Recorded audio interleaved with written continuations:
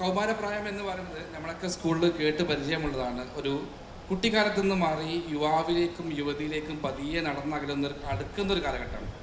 അത്രകാലം രക്ഷിതാക്കൾ എന്തു പറയുന്നു അത് കേട്ട് മാത്രം ജീവിച്ചിരുന്ന കുട്ടികൾ സ്വന്തമായിട്ട് കാര്യങ്ങൾ തീരുമാനിക്കാൻ തുടങ്ങുന്നൊരു കാലഘട്ടമാണ്. രക്ഷിതാക്കളുടെ ഉള്ളിൽ ചെറിയൊരു ആദി ഉണ്ടാവും, മോനും മോളും എൻ്റെ കൈ വിട്ടു പോകുമല്ലോ എന്നുള്ളത്.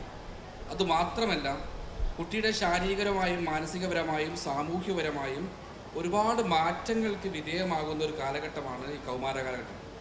അതുകൊണ്ട് തന്നെ അവരുടെ കുട്ടികളുടെ ചിന്താശേഷിയിലും അവരുടെ സ്വഭാവത്തിലും അവരുടെ ശരീരഘടനയിലും മാറ്റം ഉണ്ടാവാറുണ്ട്. പ്രധാനപ്പെട്ട ഒരു കാര്യം, എന്തുകൊണ്ട് അവർ സ്ട്രെസ്സിന് കൂടുതൽ വൾണറബിൾ ആണെന്ന് പറയാനുള്ള ഒരു കാരണം, പ്രത്യേകിച്ച് അതുവരെ അവർ രക്ഷിതാക്കളുടെ സംരക്ഷണത്തിൽ മാറി യുവാവിലേക്ക് മാറുകയാണ്, യുവതിയിലേക്ക് മാറാൻ ആരംഭിക്കുകയാണ്.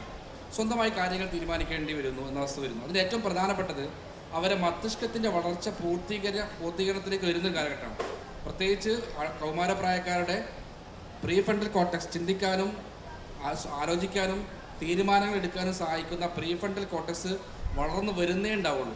പക്ഷെ ആ സമയത്ത് അവരുടെ ഇമോഷൻസുകൾ, ആനന്ദങ്ങൾ, അഭിലാഷങ്ങൾ, ഇതൊക്കെ ഉണ്ടാക്കുന്ന ഇമോഷണൽ ബ്രെയിൻ ഭയങ്കര ആക്റ്റീവ് ആകുകയും ആ ഇമോഷൻസ് നിയന്ത്രിക്കുന്ന പ്രീഫ്രണ്ടൽ കോർട്ടെക്സ് പൂർണ്ണമായി വളർച്ച എത്താതെ വരികയും ചെയ്യുന്ന സമയത്ത് ആ ഇമോഷൻ നിയന്ത്രിക്കുന്നതിൽ വലിയ ബുദ്ധിമുട്ടുണ്ടാവും. സന്തോഷം വേണം, പക്ഷേ സന്തോഷം നിയന്ത്രിക്കുന്നുണ്ടാവില്ല. അഭിനിവേശത്തിൻ്റെ പേരിലും ആവേശത്തിൻ്റെ പേരിലും പോകുന്ന കുട്ടികൾ, പക്ഷെ അത് നിയന്ത്രിക്കാനുള്ള മാനസികമായ പക്വത എത്താത്ത ബുദ്ധിമുട്ടൊന്ന്. രണ്ടാമത്തെ, സ്വന്തമായി ഒരാണ് പെണ്ണ് ഞാൻ എന്നുള്ള ഇൻഡിവിജ്വൽ സ്വത്തം രൂപീകരിക്കുന്ന കാലഘട്ടമാണ്.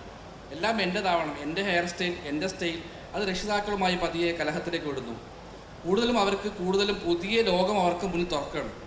പണ്ട് രക്ഷിതാവും അമ്മയും അച്ഛനുമായ ലോകമെങ്കിൽ പുതിയ ലോകം തുടങ്ങുമ്പോൾ, പുതിയ കാര്യങ്ങൾ അറിയാനും മനസ്സിലാക്കാനും തുടങ്ങുമ്പോൾ അത് എങ്ങനെ പൂർണ്ണമായി മനസ്സിലാക്കാൻ പറ്റാത്ത അവസ്ഥ വരുമ്പോൾ ഉണ്ടാകുന്ന കോൺഫ്ലിക്റ്റ്, തൻ്റെ സഹപാഠിയുടെ മുന്നിൽ ഞാനാണ് എന്നുള്ള ഐഡൻറ്റിറ്റി ക്രൈസിസിൻ്റെ ഭാഗങ്ങൾ, ഇങ്ങനെ ഉണ്ടാകുന്ന ഒരുപാട് ചേഞ്ചസിലൂടെ, മനഃശാസ്ത്രപരമായ ചേഞ്ചസിലൂടെ കടന്നു പോകുന്ന കുട്ടികൾ സ്വാഭാവികമായും ചേഞ്ചസിനോട് പൊരുത്തപ്പെടുക എന്നുള്ളത് വലിയ പ്രയാസമുണ്ടാകുന്ന കാര്യമായിരിക്കും. അതാണ് ഒന്നാമത്തത്.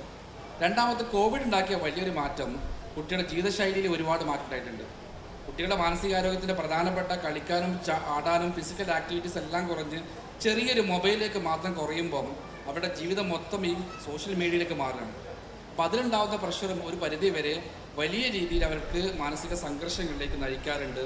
എല്ലാ കൗമാരപ്രായക്കാരും സ്ട്രെസ് ഉണ്ട്, അവർ പ്രശ്നക്കാരാണ് എന്നല്ല, ചെറിയ രീതിയിലെങ്കിലും അവർക്കത് ഈ ഒരു കാലഘട്ടം തന്നെ ഒരു സ്ട്രെസ്സിലേക്ക് പോകേണ്ടതുണ്ട്. അതുകൊണ്ട് തന്നെ അവരെ ചേർത്ത് പിടിക്കാനും ഈ ഒരു മാറ്റം സ്വാഭാവികമായി സംഭവിക്കുന്നതാണെന്ന് പറഞ്ഞുകൊണ്ട് രക്ഷിതാക്കൾ അവരെ ചേർത്ത് പിടിക്കുന്ന, അവർക്ക് ആവശ്യമായ സാഹചര്യങ്ങൾ ഒരുക്കി കൊടുക്കുക എന്നുള്ളതാണ് പ്രധാനമായിട്ടും രക്ഷിതാക്കൾ ചെയ്യേണ്ട ഒരു കാര്യം.